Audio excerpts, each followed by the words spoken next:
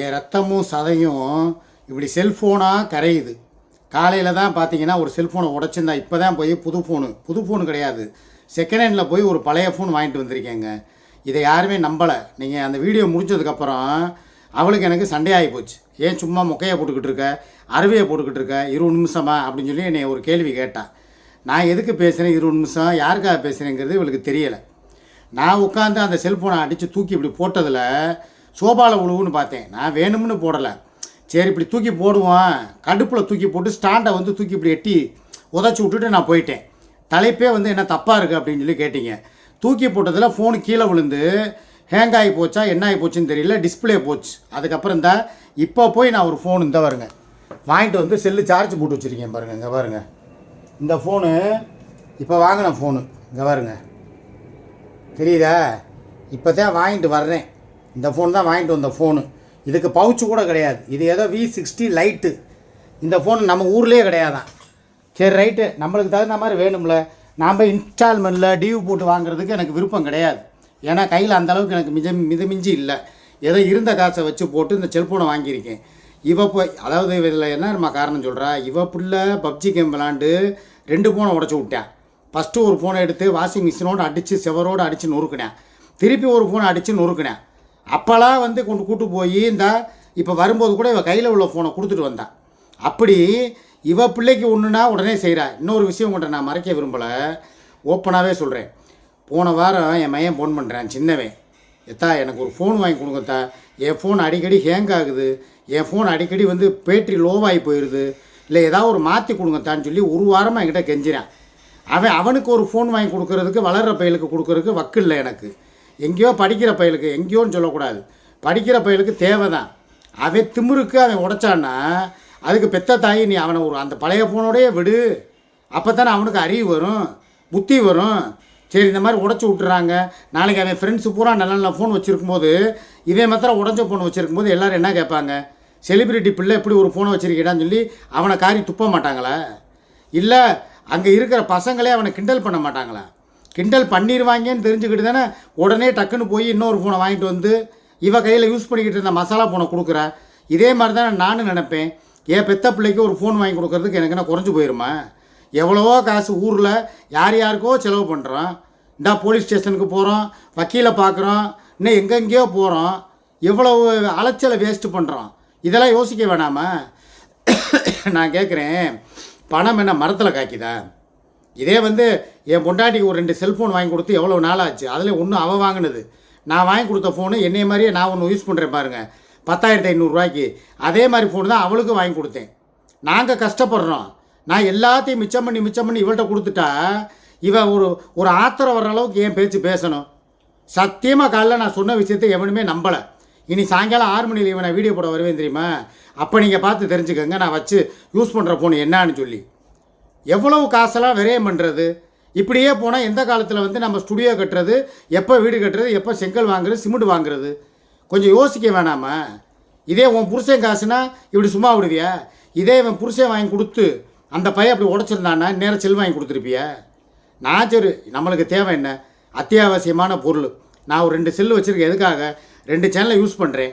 ஒரே நம்பரில் போட்டால் அந்த நம்பருக்கு ஓயாமல் ரிங்கு அடித்து செட்டை ஹேங் பண்ணி விட்டு லைவே கெடுக்கிறாங்க.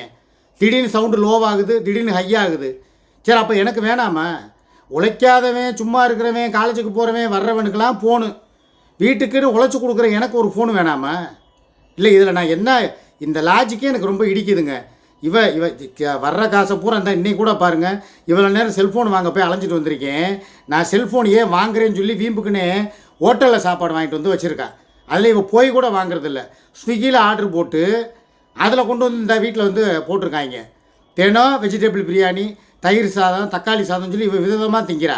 எனக்கு அதே வெள்ளைச்சோறு, அதே கூட்டு, அதே பொரியல் விட்டாங்கிட்ட அம்மன் ஹோட்டலும் கிட்ட விட்டால் டெம்பிள் சிட்டி ஹோட்டலு. இல்லை நான் மனுஷனா மாடா? இப்படி ஒரு மனுஷன் வந்து ஹோட்டல்லையே தின்னுக்கிட்டு இருந்தா அவன் வயிறு என்னத்துக்கு ஆகிறது? புண்ணா போகாதா? அல்சர் வராதா? நான் ஒரு அளவு தான் பார்ப்பேன். சும்மா அந்த வீடு கட்டுறேங்கிற சாக்கில் உட்காந்துக்கிட்டு என்னையை கொத்தடிமை கூட்டம் மாதிரி வச்சு என்னையை தினம் போட்டு டார்ச்சர் பண்ணால் எனக்கு சுத்தப்படாது. இப்போயும் சொல்கிறேன், இந்த ஒரு ஃபோன் வாங்கினதுக்கு இவ்வளோ நேரம் சண்டை தகராறு. அதனால தான் வீடியோ போடக்கூட லேட்டு. மணி இப்போ 2:30 மணி. நான் போய் அலைஞ்சு திரிஞ்சு என்னால் புது ஃபோன் வாங்க முடியாத? ஏன் நான் நினச்சா S23 அல்ட்ரா இல்லை X300 புது புது மாடல் வந்திருக்கு, அதெல்லாம் வாங்க தெரியாதா? எதுக்காக போய் இந்த ஓட்ட ஃபோனையும் உடஞ்ச ஃபோனையும் பஜாரில் போய் வாங்கிட்டு வர்றேன்? எனக்கெல்லாம் காசு வந்து எங்கள் அம்மா அப்பா இவளை பார்த்து சிக்கனமாக செலவு பண்ணுப்பா, அதிகமாக செலவு பண்ணாதப்பான்னு சொல்லி சொல்லி வளர்த்துருக்காங்க. நான்லாம் எத்தனை வருஷமாக தெரியுமா கீபேடு செட் யூஸ் பண்ணிக்கிட்டு இருந்தேன். தண்டி இருக்கும் செங்கக்கட்டி மாதிரி, அந்த நோக்கியா ஃபோனு அதை யூஸ் பண்ணுவேன் நான். சரி, எனக்கு டச்சு ஃபோனு வேணான்னு இருந்தேன். அதுக்கப்புறம் இந்த யூடியூப்பு இந்த டிக்டாக் வந்ததுக்கப்புறம் தான் நான் அதுக்கு மாறினேன். உண்மையிலே சொல்கிறேங்க, அந்த பழைய இந்த டச்சு ஃபோனு இல்லாமல் கீபேடு செட் இருந்துச்சு பார்த்தீங்களா, அப்போ கூட நிம்மதியான வாழ்க்கை வாழ்ந்தேன். ஃபோனுன்னா அவசியத்துக்கு மாத்திரம் ஃபோனு, அத்தியாவசியத்துக்கு மாத்திரம் ஃபோனு, மற்றபடி இந்த உள்ள இன்ஸ்டாகிராமு யூடியூப்பு ஃபேஸ்புக்கு இதெல்லாம் கிடையாது என் காலத்தில். அப்படி இருக்க போய் தான் நாங்கள் சிறுக ஒரு வீடை கட்டினோம். இன்றைக்கி உட்காந்துக்கிட்டு எங்கிட்டு பார்த்தாலும் தள்ள அதில் என்ன வருது? ஆபாசமும் அருவருக்க பேச்சுகளும், எவன் கூடிய கெடுத்தேன், எவ கெடுத்தா, இதே பேச்சு தான் வீடியோ ஃபுல்லாக ஓடுது. என்னையை பொறுத்த வரைக்கும் பேசாமல் அந்த செல்ஃபோனே இல்லாமல் இருந்தால் நல்லா இருக்கும்னு நினைக்கிறேன். வாழ்க்கையில் எல்லாருமே கற்கால மனிதர்களாக மாறிடுங்க. உங்களுக்கு செல்லே வேணாம், அப்படியே யூஸ் பண்ணால் வீடியோ எதுவுமே வராத அளவுக்கு வெறும் ஆடியோ ஃபோனை வச்சுக்கோங்க. நான் இனிமேல் அதான் பண்ண போகிறேன். பட்டன் ஃபோனை வாங்க போகிறேன். பட்டன் ஃபோன் யார் வச்சுருக்காங்களோ, இப்போ நான் எல்லாம் போகிறேன். அந்த அன்றைக்கி ஒரு கிராமத்துக்கு போனோம்.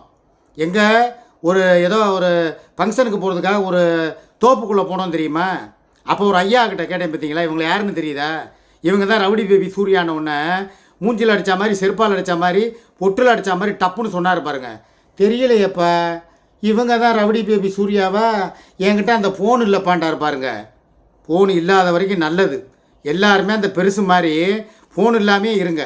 நான் ஒரு ஃபோன் வாங்கினதுக்கு இவ்வளோ பஞ்சாயத்து, இவ்வளோ கூப்பாடு. உழைச்சி கொடுக்குறவன், லட்சக்கணக்கில் சம்பாரித்து கொடுக்குறவனுக்கு ஒரு ஃபோன் இல்லை. இதை எங்கே பண்ண? சும்மா விளாடுறவனுக்கும், பப்ஜி கேம் விளாடுறவனுக்கும், ஃப்ரீ ஃபயர் விளாடுறவனுக்கும் ஃபோனு. என் மையன் ஃபோனு கேட்டு இவ்வளோ நாள் ஆச்சு ஒரு ஃபோன் வாங்கி கொடுக்க முடியலை. இதிலேருந்தே தெரிஞ்சுக்கங்க, நான் வாழ்கிற வாழ்க்கை ஒரு கொத்தடிமை வாழ்க்கை, ஒரு அடிமை வாழ்க்கை, ஒரு கேவலமான வாழ்க்கை. இது எல்லாத்தையும் விட பச்சையாக ஓப்பனாக உடச்சி சொல்லணும்னா சோத்துக்கு செத்த வாழ்க்கை. இந்த வாழ்க்கை வாழ்கிறதுக்கு பேசாமல் ஒரு கோயிலாக, தர்காவா, இல்லை ஏதாவது ஒரு சர்ச்சாக போய் கூட, ஏதாவது நான் வாசலில் உட்காந்து கூட, இல்லை ஒரு ஹார்மோனியை பெட்டி யாராவது வாங்கி கொடுங்க. வாசலில் எப்படி இந்த புது வசந்த படத்தில் உட்காந்து சுந்தரராஜை வாசிப்பார். பெண்ணாலே பைத்தியமா ஆனவருண்டு, இங்கே ஆண்களாலே பைத்தியமா ஆனவருண்டா. அந்த மாதிரி உட்காந்துக்கிட்டு பாட்டையாவது பாடுறேன், வேறு வழி இல்லை. பாகவதர் மாதிரி முடி வளர்த்துறேன், பின்னால் வளர்த்துட்டு அப்படியே உட்காந்துடுறேன். வேறு வழியே இல்லைங்க. எனக்கு வாழ்க்கை ரொம்ப கஷ்டமாக போகுது. பேசாமல் எனக்கு பாடுற திறமை இருக்குது. ஒரு பழைய காலத்தில் ஹார்மோனியம் எப்படின்னா இந்த காலத்துக்கு கீபோர்டு செட்டு இல்லையா, இன்னொன்று பண்ணுங்கள், ஏதாவது இசைக்குழு ஆர்கெஸ்ட்ரா குழுவில் நீ சேர்த்து விடுங்க. பேசாமல் அதுலையாவது ஒரு 4 பாட்டு பாடியாவது பொழைச்சிக்கிறேன். இல்லையா ஹார்மோனியம் பெட்டியை வாங்கி கொடுங்க, இல்லை லேட்டஸ்ட்டு கீபோர்டு வாங்கி கொடுங்க. பேசாமல் உட்காந்து கூட வாசிச்சே பொழைச்சிக்கிறேன். நான் எதை பேசுகிறதுனே எனக்கு தெரியலை. என் வாழ்க்கை ரொம்ப மோசமாக போய்கிட்டு இருக்குது. ஒரு அளவு தான் தாங்க முடியும். சரியா? மணி ஆச்சுன்னு நினைக்கிறேன். 8 நிமிஷம் தாண்டிருச்சு. 6 மணியில் இவ்வளோ சந்திப்போம். டேக் கேர், பாய்.